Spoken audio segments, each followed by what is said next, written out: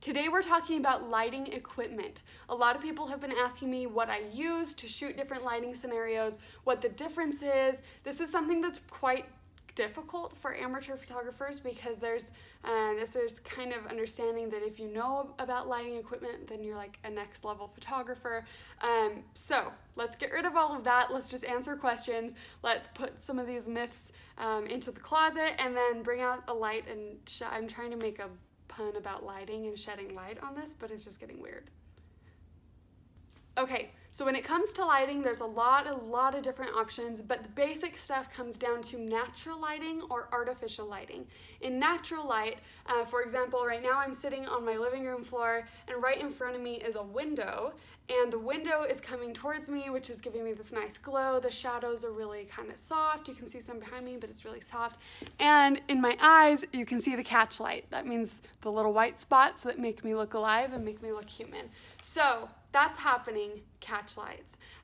If I were to go stand right in front of the window and just flip the camera around, you would see the window behind me, which would be really bright and all glowy.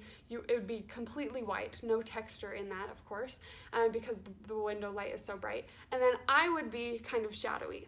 So in that situation, I'd be backlit because the light is from back behind me. And if you wanted me to be a bit brighter and not as shadowy, you'd have to put more light onto me, right? So you can either do that with a reflector, which would be bouncing light from the window to the reflector back on me, or you can fill light with an external flash or something like that, some sort of artificial lighting. So we're going to talk about that today. The reflector, really good if you have natural light to work with already. But if you're in a dark place, inside, outside maybe, and you don't have artificial lighting of some other sort out there, you need to add your own light to that. So when it comes to adding artificial light, you have a handful of options. Every camera comes with a flash built into the camera. That's called on-camera flash. Never use this, okay? Ever. Just never use it. If this is your only option and it's your budget option, then please use it and get something good out of the photos instead of like really dark graininess, use it. But this flash, because of the angle and then the intensity of it, I've never gotten it to look good. Like this is for very extreme emergencies when this light is the only thing you have.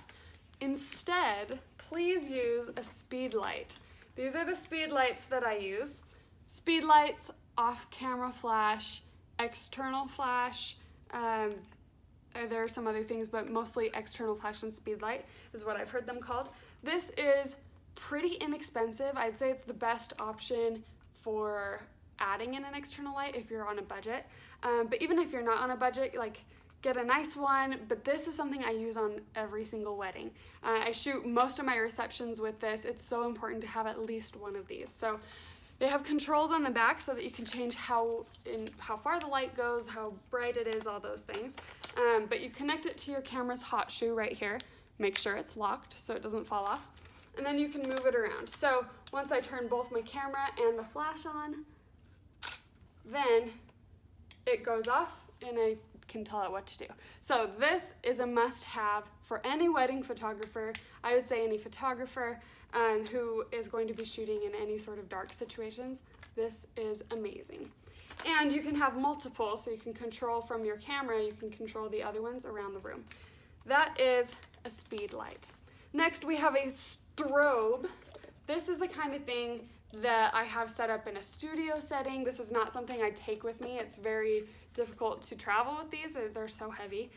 But here in the back, you control the settings. And in the front, see if I can do it with one hand. Yes! You have the actual light, and then you can put a big umbrella or a softbox and stuff like that here on this. So this is called a strobe, a mono light, and some other things, and I don't remember. There we go.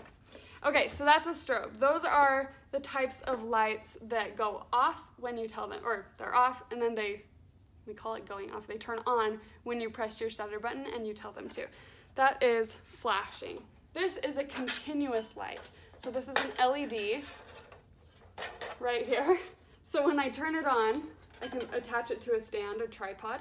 when I turn it on, it stays on for a long time. So this is really good for video, like YouTubers. I know professional videographers that use this. This is really, really good. And on the back, I can control the power and the temperature and that kind of thing, how bright it is. So I can change the light. Like if I have one window that has blue light on this side, but I need to fill this side, I can make this also blue light to match, or I could make it yellow light, whatever we want it to be. But this is really good for video. I haven't found that it's amazing for photo. It's not as strong as a flash is, which is why the flash goes off like that really powerful blast. If we had this up like that bright the whole time, it would just burn itself up because it would be too hot. So we have these barn doors that allow me to shape the light. I can have them all the way open if I want it really glowy, or I could bring it in really, really tiny and just have a sliver of light like that. So continuous light LEDs. I think every photographer should have this so that you can photograph in dark locations. This is really, really quite easy to use. So, but if you have questions on it, or you want to know how to set it up or how to control another light source from this flash, please comment on this video and let me know, and I will make that video. Until then, please give a like and comment in the comments if you have any questions for me about lighting. I hope this lit up your day. Don't speed your way through the day. I hope no one flashes you today. Okay, well, I hope you have a good day. Thanks for watching.